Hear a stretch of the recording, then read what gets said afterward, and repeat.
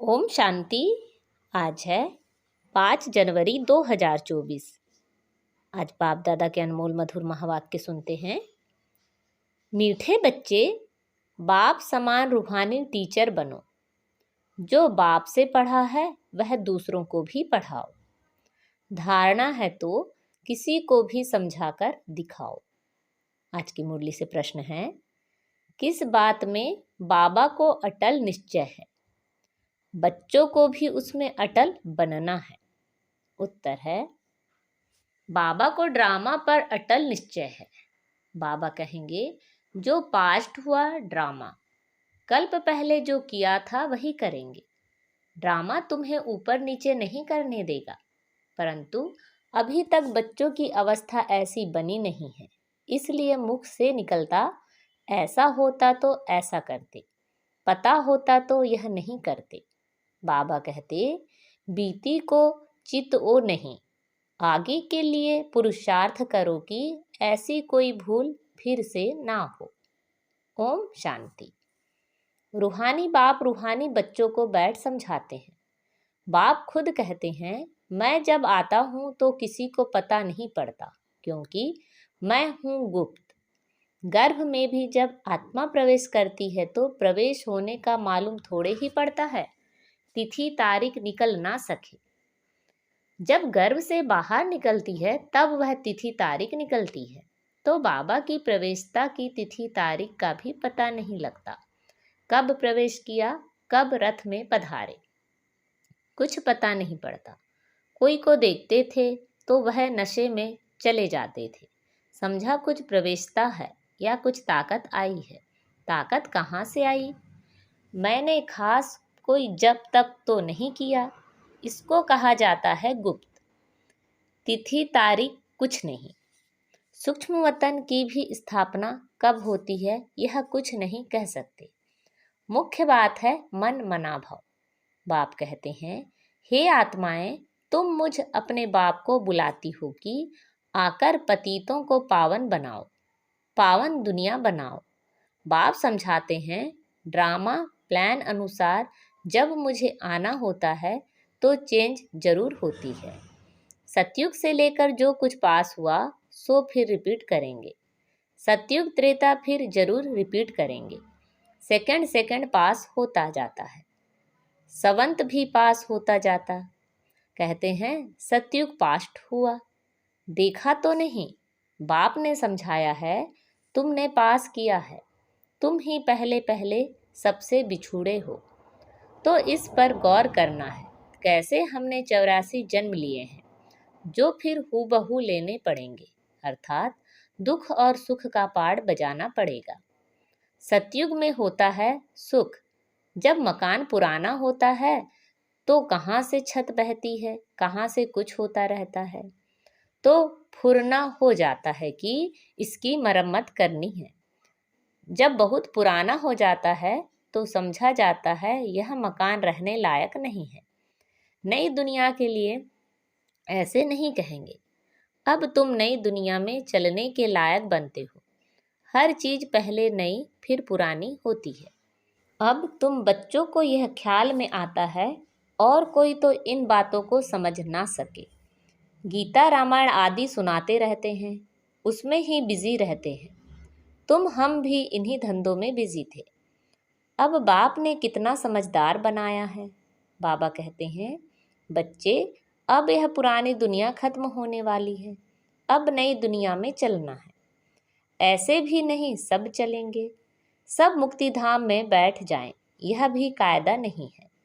प्रलय हो जाए, तुम जानते हो यह पुरानी दुनिया और नई दुनिया का बहुत ही कल्याणकारी संगम युग है। अब चेंज होनी है, फिर शांति धाम में जाएंगे। वहाँ सुख के भासना की भी कोई बात नहीं। गायन है, यज्ञ में विघ्न पड़े सो तो पढ़ते रहते हैं, कल्प के बाद भी पढ़ते रहेंगे। तुम अब पक्के हो गए हो। यह स्थापना विनाश का कोई छोटा काम नहीं है। विघ्न किस बात में पड़ते हैं? बाप कहते हैं, काम महाशत्रु है, इस पर ही अत्याचार होते हैं। द्रौपदी की भी बात है ना, ब्रह्मचर्य पर ही सारी खिटपिट है। सतो प्रधान से तमो प्रधान बनना है जरूर। सीढ़ी उतरनी है, पुरानी दुनिया होनी है जरूर। इन सब बातों को तुम ही समझते हो और सिमरण भी करते हो, और पढ़कर पढ़ाना भी है, टीचर बनना है। जरूर नॉलेज बुद्धि में है, तब पढ़कर टीचर बनते हैं। फिर टीचर से जो सीख कर होशियार होते हैं तो गवर्नमेंट उनको पास करती है। तुम भी टीचर हो, बाप ने तुमको टीचर बनाया है। एक टीचर क्या कर सकते हैं? तुम सब हो रूहानी टीचर। तो बुद्धि में नॉलेज होनी चाहिए। ज्ञान तो बिल्कुल एक्यूरेट है मनुष्य से देवता बनने का। अभी जितना तुम बच्चे बाप को याद करते हो तो लाइट आती रहती है। मनुष्यों को साक्षात्कार होता रहेगा, क्योंकि आत्मा प्योर बनेगी ही। याद से फिर किसी को साक्षात्कार भी हो सकता है। बाप मददगार भी बैठा है। बाप हमेशा बच्चों का मददगार है। पढ़ाई में नंबरवार हैं। हर एक अपनी बुद्धि से समझ सकते हैं मेरे में कितनी धारणा है। अगर धारणा है तो किसी को समझाकर दिखाओ। यह है धन। धन देते नहीं तो कोई मांगेंगे भी नहीं कि इसके पास धन है। धन दान करेंगे तो महादानी कहेंगे। महारथी महावीर बात एक ही है। सब एक जैसे तो हो ना सके। तुम्हारे पास कितने आते हैं? एक एक से बैठ माथा मारना होता है क्या? वो लोग अखबार द्वारा बहुत बातें सुनते हैं तो बहुत चमकते हैं। फिर जब तुम्हारे पास आकर सुनते हैं तो कहते हैं हमने पर मत पर क्या किया, यहाँ तो बहुत अच्छा है। एक एक को ठीक करने में मेहनत लगती है। यहाँ भी कितनी मेहनत लगी है। फिर भी कोई महारथी, कोई घोड़े सवार, कोई प्यादा। यह ड्रामा में पार्ट है। यह तो समझते हो आखिरी जीत तुम्हारी होनी है। जो कल्प पहले बने थे वही बनेंगे। पुरुषार्थ तो बच्चों को करना ही है। बाप राय देते हैं, समझाने की कोशिश करो। पहले तो शिव बाबा के मंदिर में जाकर सर्विस करो। तुम पूछ सकते हो यह कौन है, इस पर क्यों पानी चढ़ाते हो? तुम अच्छी तरह जानते हो। कहते हैं गई टांडे पर आग लेने और मालिक होकर बैठ गई। यह दृष्टांत भी तुम्हारा ही है। तुम जाते हो जगाने के लिए, तुमको निमंत्रण देकर बुलाते हैं, तो ऐसा निमंत्रण आए तो खुशी होनी चाहिए। काशी आदि में बड़े बड़े टाइटल देते हैं। भक्ति में कितने ढेर मंदिर हैं। यह भी एक धंधा है। कोई अच्छी स्त्री देखी तो उनको गीता कंठ कराए आगे कर देते हैं। फिर जो कमाई होती है वह मिल जाती है कुछ भी नहीं। रिद्धि सिद्धि बहुत सीखते हैं। ऐसे स्थानों पर जाना चाहिए। तुम बच्चों को कभी शास्त्रार्थ नहीं करना चाहिए। तुमको तो जाकर बाप का परिचय देना है। मुक्ति जीवन मुक्ति दाता एक है, उनकी महिमा करनी है। वह कहते हैं अपने को आत्मा समझ मुझे याद करो। बाकी मन मनाभव का अर्थ यह नहीं कि गंगा में जाकर स्नान करो। मामे कम का अर्थ है मुझे एक को याद करो।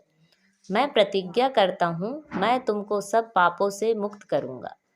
जब से रावण आया है तब से पाप शुरू हुए हैं, तो उच्च पद पाने का बहुत पुरुषार्थ करना है। पोजीशन के लिए मनुष्य रात दिन कितना माथा मारते हैं। यह भी पढ़ाई है। इसमें कोई किताब आदि उठाने की बात नहीं है। 84 का चक्र तो बुद्धि में आ गया है, कोई बड़ी बात नहीं है। एक एक जन्म की डिटेल थोड़े ही बताते हैं। 84 जन्म पूरे हुए, अब हम आत्माओं को वापस घर जाना है। आत्मा जो पतित बनी है उनको पावन जरूर बनना है। सबको यही कहते रहो मामे कम याद करो। बच्चे कहते हैं बाबा योग में नहीं रह सकते। अरे तुमको सम्मुख कह रहा हूँ मुझे याद करो, फिर योग अक्षर तुम क्यों कहते हो? योग कहने से ही तुम भूलते भी हो। बाप को याद कौन नहीं कर सकता? लौकिक माँ बाप को कैसे याद करते हो? यह भी माँ बाप है ना। यह भी पढ़ते हैं, सरस्वती भी पढ़ती है। पढ़ाने वाला एक बाप ही है। तुम जितना पढ़ते हो फिर औरों को समझाते हो। बाप कहते हैं बच्चे शास्त्र पढ़ने जब तब करने से मुझे प्राप्त नहीं कर सकते हो, बाकी फायदा क्या है? सीढ़ी तो उतरते ही आते हो, तुम्हारा कोई दुश्मन नहीं। फिर भी तुमको समझाना है जरूर कि पाप और पुण्य कैसे जमा होता है। रावण राज्य के बाद ही तुमने पाप करना शुरू किया है। ऐसे भी बच्चे हैं जिनको नई दुनिया पुरानी दुनिया क्या है यह भी समझाने नहीं आता है। अब बाप कहते हैं कि बेहद के बाप को याद करो, वही पतित पावन है, बाकी तुमको कहाँ भी जाने की जरूरत नहीं है। भक्ति मार्ग में सदैव पैर घर से बाहर निकलता था। पति स्त्री को कहते हैं, श्री कृष्ण का चित्र घर में भी है, फिर बाहर क्यों जाती हो? क्या फर्क है? पति परमेश्वर है इसको भी नहीं मानते। भक्ति मार्ग में बहुत दूर दूर ऊंचा मंदिर बनाते हैं जो मनुष्यों का भाव बैठे। तुम समझाते हो मंदिरों में कितना धक्का खाते हैं। यह एक रस्म पड़ी है। शिव काशी में तीर्थ करने जाते हैं परंतु प्राप्ति कुछ भी नहीं। अब तुमको तो बाप की श्रीमत मिलती है, तुमको कहाँ भी जाना नहीं है। पतियों का पति परमेश्वर वास्तव में वह एक ही है जिसको तुम्हारे पति काके मामे सब याद करते हैं। वह है पति परमेश्वर अथवा पिता परमेश्वर। वह तुमको कहते हैं मामे कम याद करो तो तुम्हारे विकर्म विनाश होंगे। तुम्हारी ज्योत अब जग रही है तो तुम्हारे से मनुष्यों को लाइट देखने में आती है। तो बच्चों का भी नाम बाला होना चाहिए। बाप बच्चों का नाम तो बाला करते हैं ना। सुदेश बच्ची समझाने में बड़ी तीखी है। पुरुषार्थ बहुत अच्छा किया है तो पुरानों से भी आगे गई है। इसमें भी जास्ती पुरुषार्थ कर आगे चली जाएगी। सारा मदार पुरुषार्थ पर है, हार्ट फेल नहीं होना चाहिए। पिछाड़ी में आया तो भी सेकंड में जीवन मुक्ति पा सकते हैं। दिन प्रतिदिन ऐसे बहुत निकलते रहेंगे। ड्रामा में तुम्हारा विजय का पार तो है ही, विघ्न भी पड़ने हैं। और कोई सत्संगों में ऐसे विघ्न नहीं पड़ते हैं। यहाँ विकारों पर ही हंगामा होता है। गायन भी है, अमृत छोड़ विष काहे को पिए। ज्ञान से एक देवी देवता धर्म की स्थापना हो जाती है। सतयुग में रावण राज्य हो ना सके। समझाने कितनी साफ है। राम राज्य के बाजू में ही रावण राज्य भी दिखाया है। तुम टाइम भी दिखाते हो। यह है संगम। दुनिया बदल रही है। स्थापना पालना विनाश कराने वाला एक बाप है बहुत सहज, परंतु धारणा पूरी होती है नहीं और सब बातें याद रहती है, बाकी ज्ञान योग भूल जाता है। तुम ऊंचे से ऊंचे भगवान की संतान हो। दिन प्रतिदिन तुम साल्वेंट होते जाते हो। धन मिलता है ना, खर्चा भी आता जाता है। बाबा कहते हैं हुंडी भरती जाएगी। कल्प पहले मिसल ही तुम खर्चा करेंगे। कम ज़्यादा ड्रामा करने नहीं देगा। ड्रामा पर बाबा का अटल निश्चय है। जो पास्ट हुआ ड्रामा। ऐसे नहीं कहना चाहिए ऐसा होता था, यह नहीं करते थे। अभी वह अवस्था आई नहीं है। कुछ ना कुछ मुख से निकल जाता है, फिर फील होता है। बाबा कहते हैं बीती को चित ओ नहीं, आगे के लिए पुरुषार्थ करो कि ऐसी भूल फिर ना हो। इसलिए बाबा कहते हैं चार्ट लिखो, इसमें बहुत कल्याण है। बाबा ने एक को देखा सारी जीवन कहानी लिख रहे थे। समझते हैं बच्चे सीखेंगे। यहाँ फिर श्रीमत पर चलने में ही कल्याण है। यहाँ झूठ भी चल ना सके। नारद का मिसाल, चार्ट से फायदा बहुत है। बाबा फरमान करते हैं तो बच्चों को फरमान पर चलना चाहिए। अच्छा, मीठे मीठे सिखे लदे बच्चों प्रति माता पिता बाप दादा का याद प्यार और गुड मॉर्निंग। रूहानी बाप की रूहानी बच्चों को नमस्ते। हम सब रूहानी बच्चों की रूहानी माता पिता बाप दादा को याद प्यार गुड मॉर्निंग और नमस्ते। आज की मुरली से धारणा के लिए मुख्य सार हैं। ज्ञान धारण कर दूसरों को समझाना है। ज्ञान धन दान करके महादानी बनना है। किसी से भी शास्त्र ना कर बाप का सत्य परिचय देना है। तुम्हें बीती बातों का चिंतन नहीं करना है। ऐसा पुरुषार्थ करना है जो फिर कभी भूल ना हो।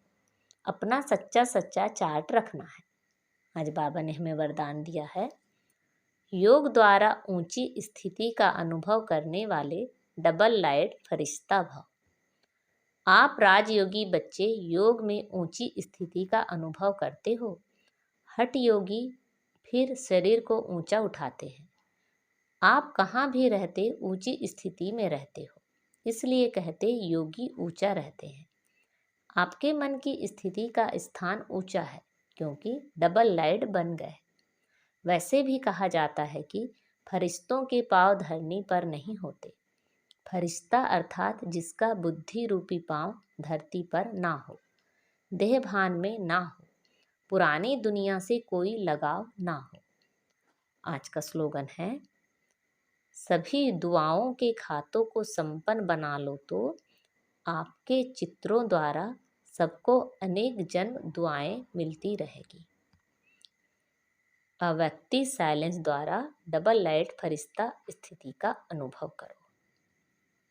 फरिश्ता स्थिति का अनुभव करने के लिए अभी अभी आवाज में आते, डिस्कस करते, कैसे भी वातावरण में रहते, सेकंड में सर्व संकल्पों को स्टॉप कर आवाज से परे न्यारे फरिश्ता स्थिति में टिक जाओ।